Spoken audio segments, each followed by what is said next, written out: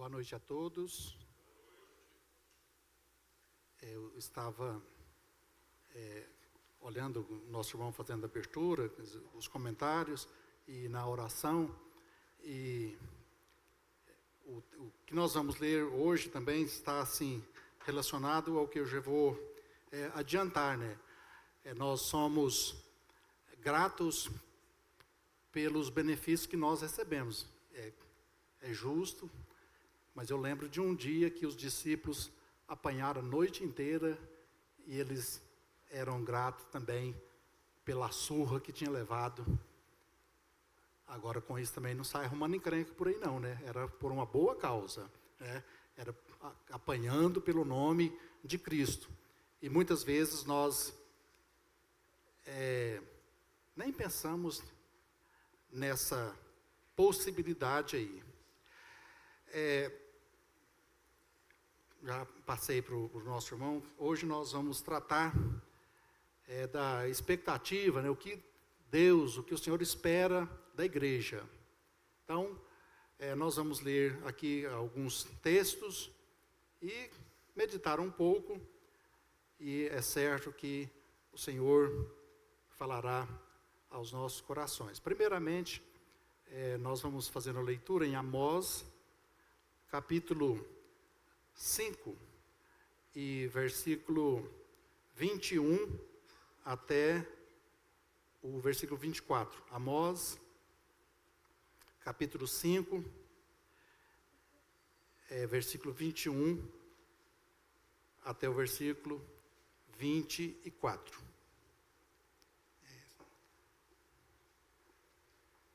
Não dá muito certo isso aí não, né? Ainda pisa em cima. Eu odeio e desprezo as suas festas, e com as suas reuniões solenes não tenho nenhum prazer. Mesmo que vocês me ofereçam holocaustos e ofertas de cereais, não me agradarei delas, o dos holocaustos. Quanto às suas ofertas pacíficas, de animais gordos, nem sequer olharei para elas. Afastem de mim o barulho dos seus cânticos, pois não ouvirei as melodias das suas liras. Em vez disso, corra o juízo como as águas e a justiça como um ribeiro perene. Somente até aqui. Depois nós vamos ler também nesse mesmo sentido. Vamos estar lendo o primeiro capítulo de Isaías, mas já vamos fazer uma pequena introdução do que nós vamos tratar nesta noite. E aqui já começa, né? Assim, o que Deus espera da igreja? Não é isso. Não é o que nós acabamos de ler. Porque isso daqui foi um chamado de atenção. E aí, assim, vamos considerar todo o contexto. Aqui, Deus estava falando exatamente com aquele povo escolhido, aquele povo peculiar, o povo de Israel. E o Senhor chega, através do profeta Amós, ele chega e, olha, de novo, nós vamos dar ênfase ao que o Senhor diz aqui. Eu odeio e desprezo as suas festas, as suas reuniões solenes, não tenho nenhum prazer. E isso nós vamos trazer para nossa atualidade. No Antigo Testamento, nós não vamos encontrar hora nenhuma falando sobre igreja. Não existe essa palavra, que ela vai aparecer só no Novo Testamento, que é originária do grego lá, né, eclesia, é chamado para fora. No Antigo Testamento não existe a palavra. Não tem nada a ver com o templo, porque a igreja também não consiste nessa construção. E nós entendemos algumas figuras que remetem para a igreja, mas não especificamente. Mas aqui nós podemos pensar em igreja como sendo pessoas, sendo gente. Então aqui, não estou afirmando, mas aqui como se fosse o Senhor falando com a sua igreja, com o seu povo. Então Deus falando com o seu povo. E Ele chega e é como nós expressamos, Ele chega com os 2 pés do peito do indivíduo aqui, né?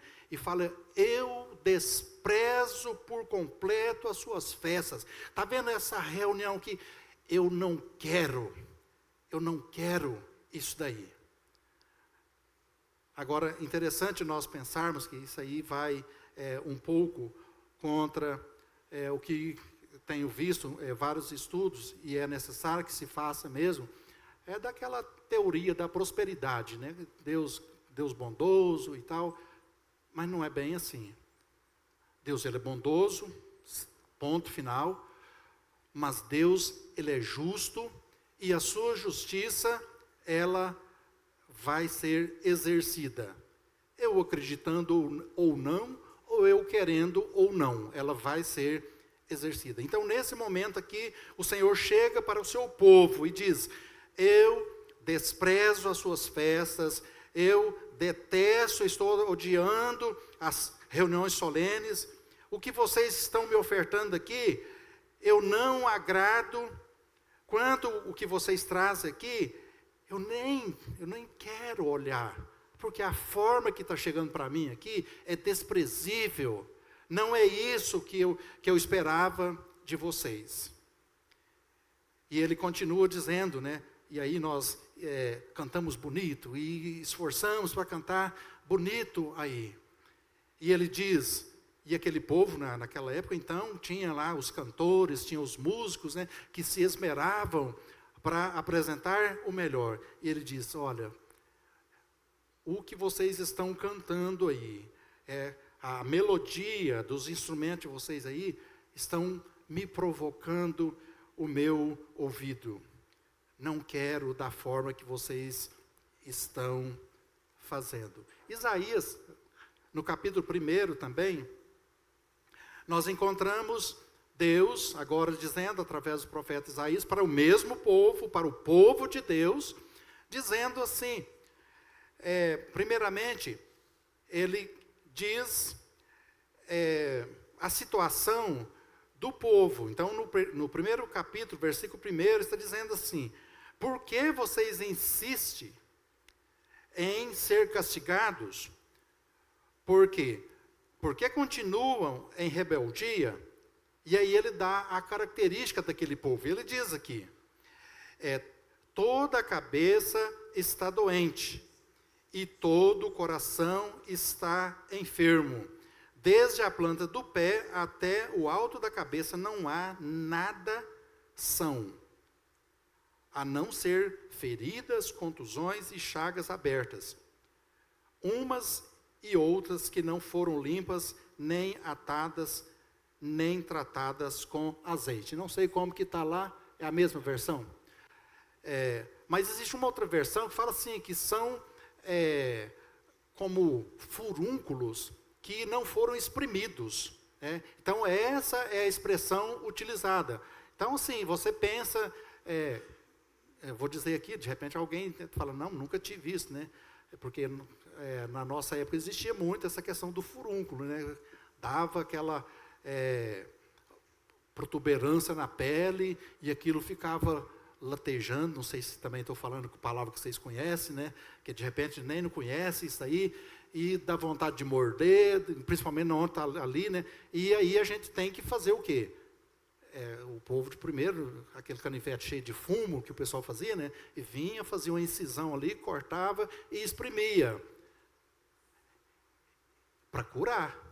Porque se zelar bonitinho e falar assim, não, eu estou com medo, deixa ele ali, é só sofrimento.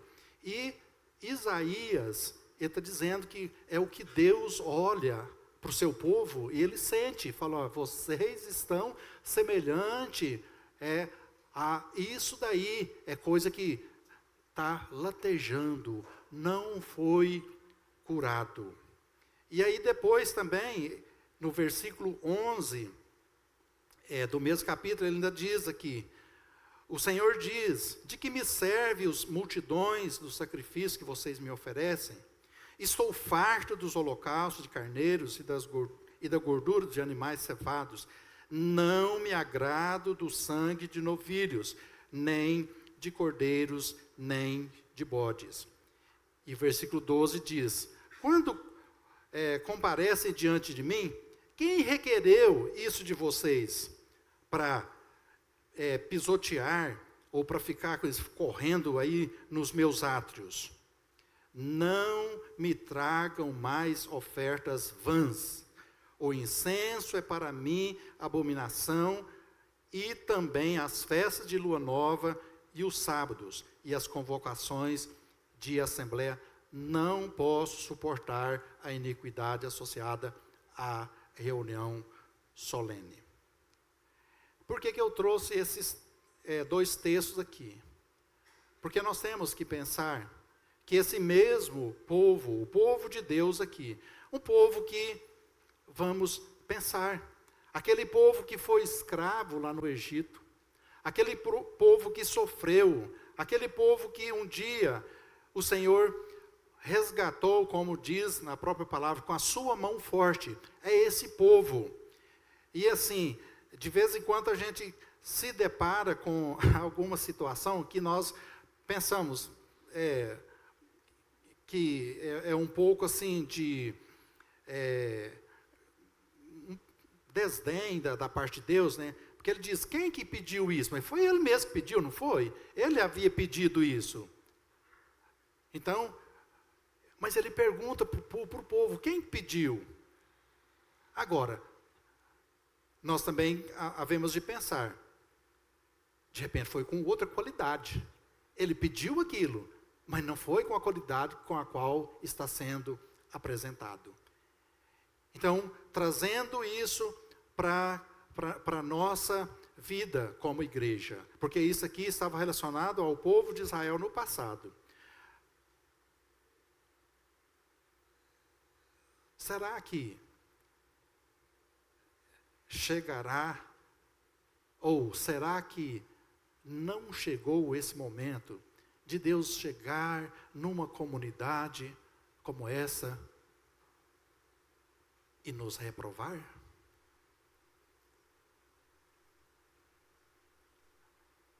Olhar para as características que Ele quer que cada um de nós tenhamos, e aí nós podemos, primeiro, brigar com o tempo, né?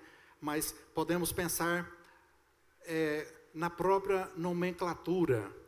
É quando no Novo Testamento aparece a palavra igreja, a eclesia, né? O chamado para fora, colocar à parte, separar. Será que a igreja primitiva que nós vamos ler, será que ela cumpriu essa função? Isso foi passando de geração para geração? Será que não se perdeu pelo caminho essa essência? Será que Deus está satisfeito com o meu modo de viver? Aí vocês perguntam para vocês mesmos, porque eu vou perguntar para mim, né? Eu não tenho que me preocupar com vocês. Se é vocês que você vive assim. Não, será que eu vivo assim? Será que eu estou vivendo como o Senhor requer de mim? Ou será que a qualquer momento, e aí nós encontramos isso no Novo Testamento, né, quando o Senhor falando às igrejas, e Ele diz, olha, cuidado, porque senão vai acontecer isso, aquilo outro. Então, será que Deus, Ele está de acordo com o modo que eu estou vivendo como igreja? Será que eu estou vivendo à parte? Ou será que eu estou vivendo segundo o sistema? E hoje eu procurei muita coisa desse sistema, não achei nada, viu? Porque a gente fala muito no sistema. Mas aí assim, né? Aí a gente entende de várias formas, né? Existe o sistema de mundo sem Deus, isso é um sistema. Existe sistema político, existem muitos sistemas. E o que manda é o sistema. A gente tem que entender o que manda é o sistema. Agora, nós ouvimos outro dia e vou repetir aqui. Lá invertendo aqui a ordem do que eu tinha anotado, mas lá em Romanos, ele chama a nossa atenção. E até achei interessante como que essa versão aqui colocou. Romanos 12, 1, projeta, fazendo favor lá, que lá está dizendo assim, portanto, irmãos, pelas misericórdias de Deus, peço que ofereça o seu corpo como sacrifício vivo, santo e agradável a Deus, que é o vosso culto racional de vocês, aí passa para frente, e não vivam conforme os padrões desse mundo. Achei interessante essa forma aqui, viver conforme os padrões desse mundo. Aí na outra versão fala, né, não conformeis com esse mundo. E aí nós já tivemos uma aula de morfologia da palavra aí, né? O conformar é estar de acordo com a forma. Se é quadrada a forma, se nós somos líquidos, vamos para lá, vamos permanecer quadrado. Se for esférico, então nós não podemos estar de acordo com a forma. Agora, interessante nós pensarmos aí um pouquinho da física. Nós só vamos, presta atenção aí, uma situação aí, né, que brotou aí, muito interessante. Nós só vamos ficar de acordo com a forma, sabe quando? Quando nós não somos sólidos. Porque se eu for sólido, a forma não vai interferir. Você pega um cubinho de gelo sólido, põe dentro de uma panela esférica, ele continua quadradinho, da forma do gelo. Se você colocar algo lá comprido, vai ficar da mesma forma. Agora, se nós não estivermos sólidos, nós vamos ficar de acordo com o formato que é apresentado. Então, nós não podemos adequar ao modelo do mundo. E não é assim que muitas vezes nós temos deparado com a chamada para fora. Porque está trazendo o mundo para dentro. E o mundo, aqui dentro, aí ele vai tomar o formato do mundo. E é interessante o Senhor chamar a nossa atenção. Do mal, ele diz que nós temos que fugir até da sua aparência. Não é do mal mesmo, não, ali, né? Mas da sua aparência nós precisamos fugir dela. Então, o que o Senhor espera da igreja? O que a igreja tem que fazer? Ou qual que é a finalidade da igreja? No passado, como nós já falamos aqui, e aí quando chega lá em Romanos, Paulo vai explicando, né, da questão do judeu, do israelita, e dizer que benefício tem ser judeu e tal. Mas eles tiveram, além do privilégio, eles também tiveram a obrigação de serem representantes. Eles tinham, assim, um peso muito grande de ser representante de Deus. Então, o povo de Israel, eles eram o povo de Deus e eram quem representava. Aí, hoje a igreja, ela é chamada de Israel de Deus. Assim, não vou entrar em nada de geografia, geopolítica e tal, né? Mas o Israel de Deus é a igreja.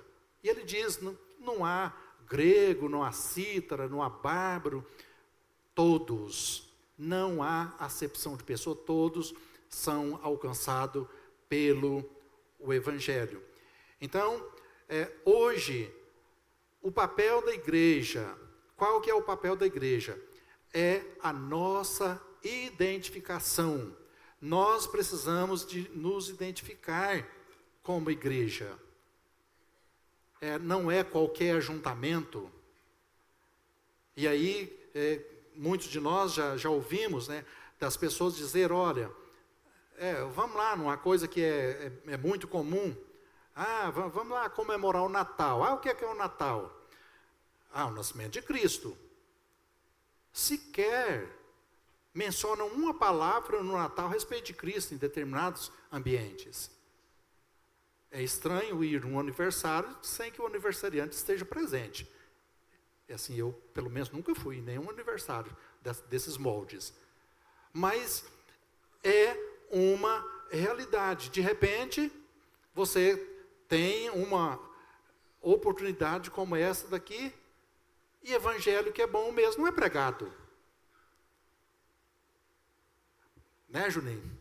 Aí vai mencionar alguma coisa que não tem nada a ver. Então, sim, não é o papel da igreja. O papel da igreja é apresentar ou representar Deus na terra, Cristo, o Deus encarnado. E aí eu lembro, e nós precisamos fazer menção, que isso tem que ser evidente, e não é só da boca para fora, não é apenas palavras, mas em atitude. Em Atos, nós não vamos fazer leitura, mas se quiser projetar, em Atos 11, 26, fala ali dos irmãos que estavam na Antioquia, e pelo comportamento daqueles irmãos, pelo comportamento, não pelas palavras, mas pelas ações daqueles irmãos ali, eles foram chamados a primeira vez de cristãos. Por quê? Porque eles se identificaram com Cristo.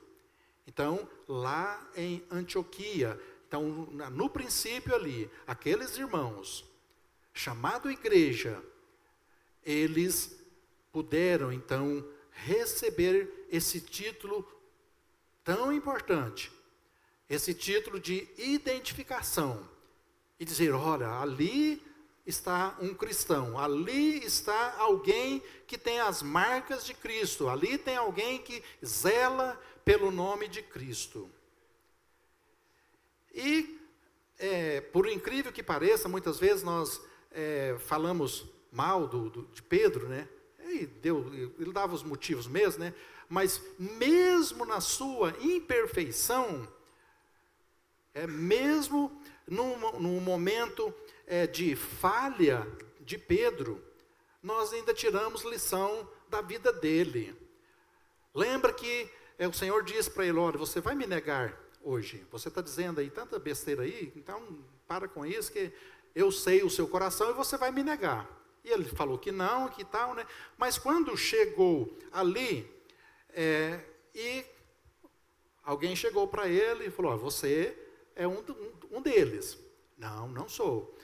Aí um outro chegou e disse a mesma coisa, ele disse, não, não sou.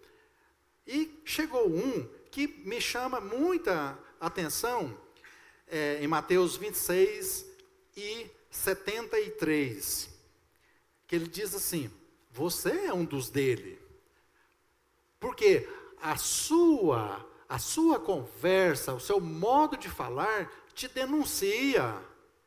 Mas espera lá, todo mundo era judeu na época. Então assim, mas ele tinha algo que havia contagiado.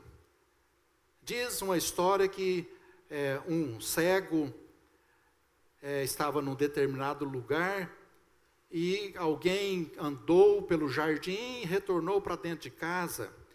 E ele diz, olha, você passeou no jardim. Ah, mas como assim, né? Ele é cego. Ele diz, mas como você consegue perceber isso? Ele diz, olha, o cheiro, o perfume das flores estão impregnados na sua roupa. Então dá para perceber que você esteve no jardim. Então a presença de Cristo na vida de Pedro, mesmo, de novo vou dizer, mesmo na sua imperfeição, mesmo na sua fraqueza, mesmo na pisada de bola que ele deu, mas ele ainda tinha a fragrância da presença de Cristo. Olha, o seu jeito de falar é diferente, não tem como você negar não, Pedro. Você está falando, a sua fala te denuncia. E assim, aí nós precisamos nos perguntar novamente, será que a minha linguagem, será que a minha forma de viver, e de novo, não é dizer, porque eu posso até colocar uma plaquinha, uma camiseta, dizendo muitas coisas aqui, mas é só exterior, né? Não faz sentido nenhum, porque tem que brotar isso do nosso interior. Então, isso daí eu identifiquei como sendo o primeiro lugar da nossa existência como pessoas que fazem parte da igreja. É a representação, é a identificação de Cristo na nossa vida. Então, aqueles irmãos de Antioquia demonstraram, a ponto das pessoas verem, e também Pedro, através do seu linguajar naquele momento ali, ele também deixou transparecer que havia estado com o Senhor Jesus. Em segundo lugar, nós precisamos de pensar no zelo pelo cumprimento da palavra de Deus. Nós precisamos de zelar pela palavra de Deus. Porque já houve momento aí, até mesmo na questão da reforma, contra a reforma, as pessoas diziam, não pode colocar a Bíblia na mão do pessoal não, porque senão vai virar, e aí tem alguém que até justifica, nossa, o tanto de igreja que tem hoje em dia é por causa disso, cada um tem a sua interpretação. Isso é verdade, né? Mas quem está procurando viver aquilo que a palavra de Deus requer de cada um de nós? Porque existe até uma fala bem antiga aí, e dizia o seguinte, né? Faça o que eu mando, mas não faça o que eu faço. Não é cristianismo. Eu não posso pensar nisso. Para começar, não é fazer o que eu mando, porque eu não mando em nada. Eu sou mandado. Então, se o Senhor diz assim, eu tenho que fazer assim. Se eu fizer o contrário, eu estou desobedecendo. Então, zelar pela transmissão da palavra de Deus o mais idêntico, uma cópia bem fiel, deve ser a nossa preocupação. E aí aqui eu lembro de uma fala do irmão, que era bem polêmico, mas assim, nem tudo era polêmica, né? Ele falou, hoje o pessoal anda discutindo até o tamanho do prego da cruz de Cristo. Assim, é coisa que vai acrescentar no quê? Era de metal, era de ferro, não, era de... Não faz sentido. Agora, saber que Cristo foi crucificado faz toda a diferença. Então, zelar pela transmissão da palavra de Deus da melhor forma possível. E aí nós temos base, né, lá em Atos dos Apóstolos, né, do capítulo 2, de 42 a 47, e também nós não vamos fazer a leitura, mas só pontuar o que tem nesse contexto aí. E, primeiro, trata de doutrina. E doutrina tem uma diferença de costume. Costume é uma coisa, doutrina é outra. Existem bons costumes, e bons costumes também nós não vamos jogar fora, mas não é doutrina. Então, a doutrina é aquilo que está pautado na palavra de Deus. Aquele povo também estava dessa forma que nós estamos aqui. Comunhão. E aqui, não estou aqui para, novamente digo, né, para acusar ninguém, mas para mim mesmo, isso aqui.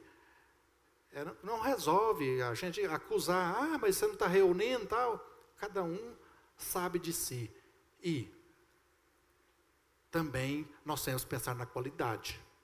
Não é quantidade, e sim qualidade. Venha, adore a Deus, é claro, tendo a oportunidade.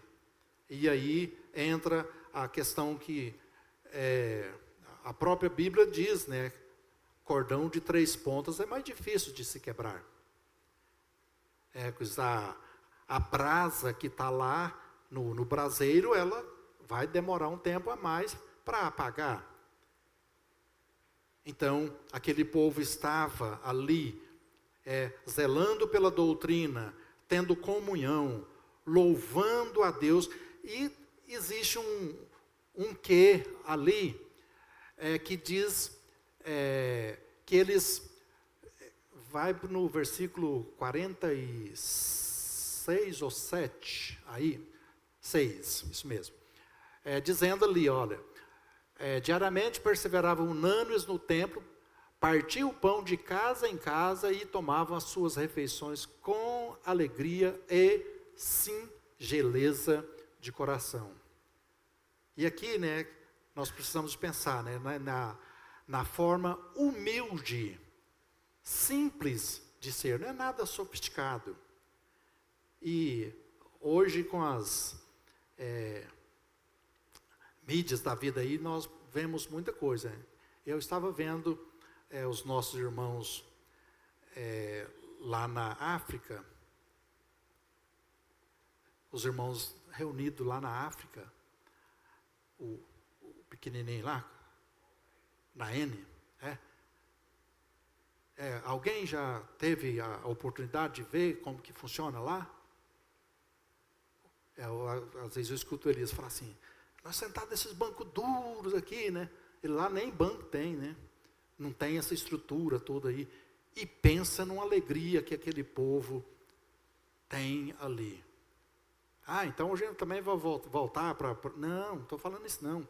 Estou dizendo, é na qualidade, é na satisfação, é na gratidão. É isso que nós precisamos pensar. Porque nós podemos ter até mais gratidão, né? Porque nós fomos alcançados da mesma forma.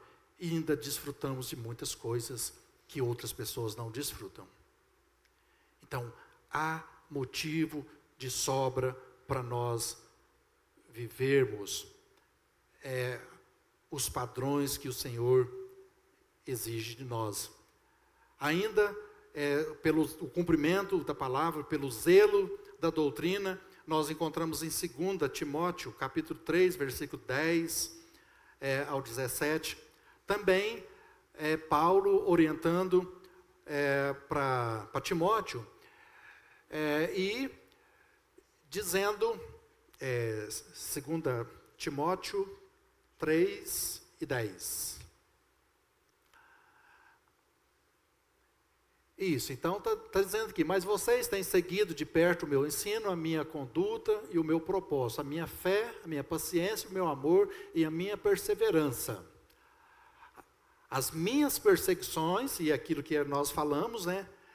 Aqui ele não está lamentando, simplesmente ele está citando o que aconteceu, né? Mas as minhas perseguições, os meus sofrimentos, quais tive de enfrentar em Antioquia, Icônio e Listra, quantas perseguições sofri, porém o Senhor me livrou de todas elas. 12.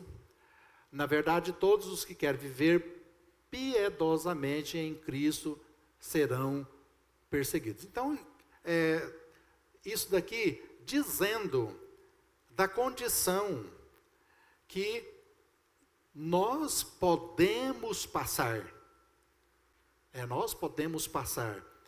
E com isso, nós precisamos demonstrar o nosso conhecimento. Já falei isso daqui, não é para gloriar, mas é algo assim de conforto.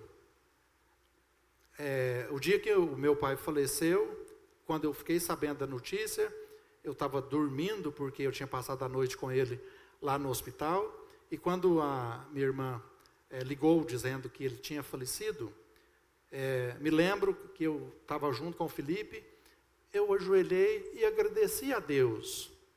Agradeci a Deus pela morte? Não, agradeci pelo tempo de vida que ele teve. Agradeci a Deus porque ele teve a oportunidade de crer em Cristo. Então, naquele momento ali, e pensa numa leveza, que quando fui, assim, eu era muito agarrado, caçula de casa, agarrado, manhoso. Eu pensei, como que seria uma situação dessa?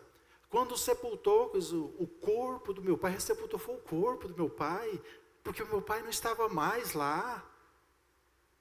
Meu pai estava num lugar incomparavelmente melhor. Então, naquele momento ali, eu tive a sabedoria e depois eu tive a leveza da presença de Deus.